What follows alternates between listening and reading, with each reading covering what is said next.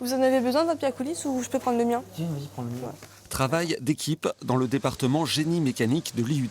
Cette année, Maëva s'intègre naturellement parmi les autres étudiants, mais ça n'a pas toujours été une évidence. Je te rappelle qu'il faut qu'on tombe à 4,15.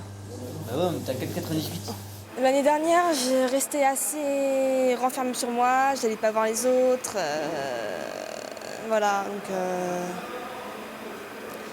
j'étais pas vraiment propice à me faire plein de copains. Tension familiale et scolaire, isolement, journée de déprime, Maëva a été orientée par un médecin de l'université vers l'unité Oedipe du centre hospitalier Esquirol. Ouais. Vous n'avez pas réussi à vous reposer là pendant les vacances? Si, j'ai réussi à me reposer, c'est juste... Aujourd'hui, Maëva est suivie par une infirmière spécialisée.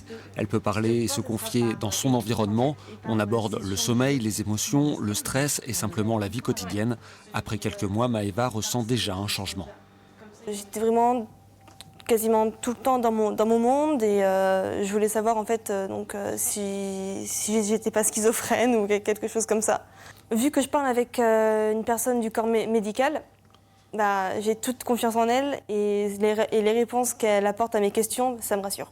Le but avec l'équipe d'intervention précoce, c'est vraiment d'aller au plus près du jeune, c'est-à-dire vraiment d'aller dans son milieu de vie et finalement faire sortir l'hôpital et l'amener dans la ville plutôt que le patient ou le jeune qui aille à l'hôpital. En fait, c'est vraiment l'idée. Alors, je sais qu'on avait Lucas qui avait commencé. Oui, il a bientôt terminé justement.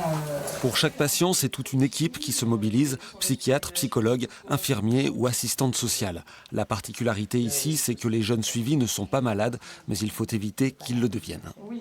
Le but dans cet accompagnement, c'est que la personne ne déclare jamais en fait de la maladie et qu'on reste sur des symptômes à bas bruit atténués qui un jour seront atténués définitivement. L'enjeu principal est donc de repérer ces jeunes à risque dans une tranche d'âge forcément sensible. L'adolescence est une période compliquée, c'est l'âge de transition entre l'enfance et l'âge adulte. L'adolescent que nous, on est amené à rencontrer présente des fragilités plus importantes avec des difficultés pour fonctionner de manière adaptée dans la vie. L'équipe d'Oedipe veut sensibiliser les médecins traitants pour améliorer le repérage des jeunes à risque et leur permettre, comme pour Maëva, de regarder plus sereinement vers l'avenir.